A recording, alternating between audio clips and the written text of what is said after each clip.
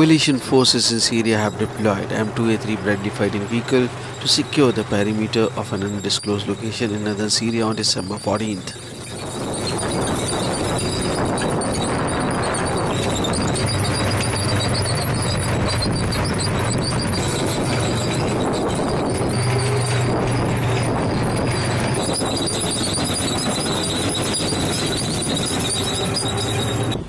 Alright, to be 100% honest, we thought the driver was fucking, so we thought it was kind of self-explanatory.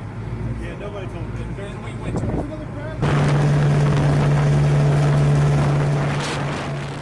The coalition maintains security and stability within the combined joint operation area. Coalition forces bolster their positions with the appropriate measures to stay ready to defend itself from malign actors who attack coalition and partner forces and attempt to destabilize the region.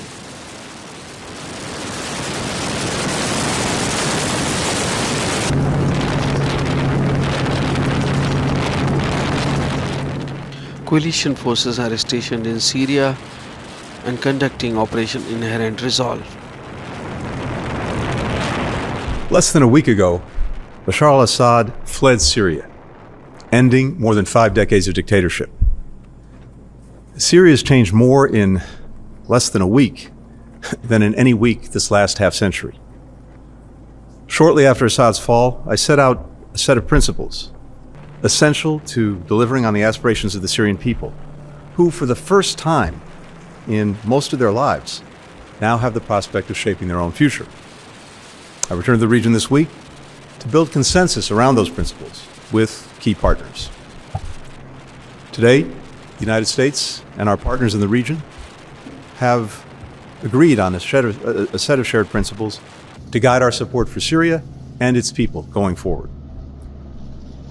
America and our partners have an important stake in helping the Syrian people chart this new path. We know that what happens inside of Syria can have powerful consequences well beyond its borders, from mass displacement to terrorism. And we know that we can't underestimate the challenges of this moment and in the weeks and months ahead. The Syrian population has been traumatized by decades of repression.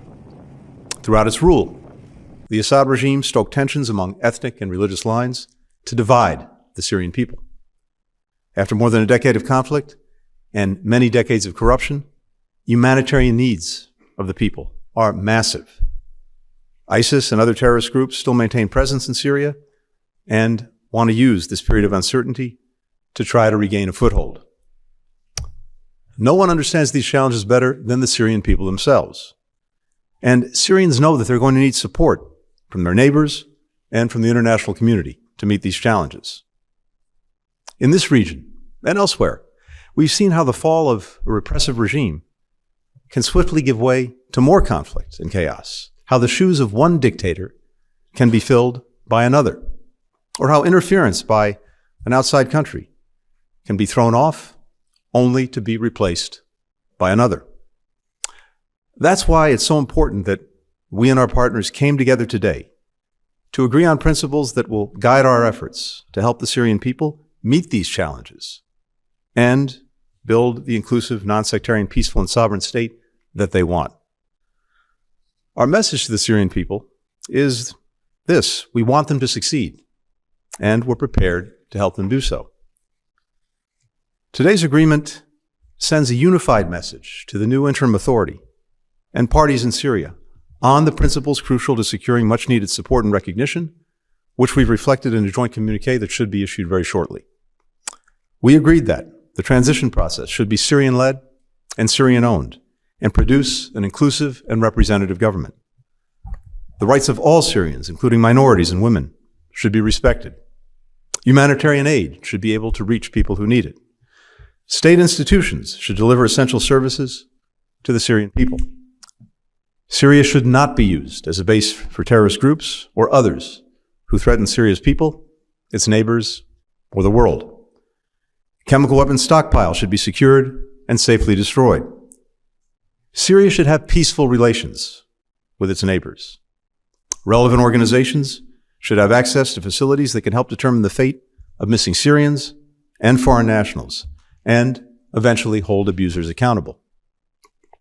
On this point, let me just add that the United States continues our own dogged, determined efforts to find American journalist Austin Tice and bring him home safely.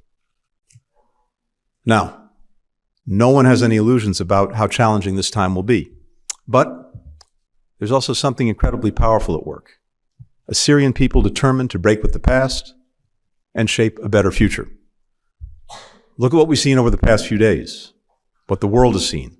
So many demonstrations of Syrians' commitment to build a different kind of nation, to embrace their newfound freedom, to choose national unity over narrow sectarian or ethnic interests.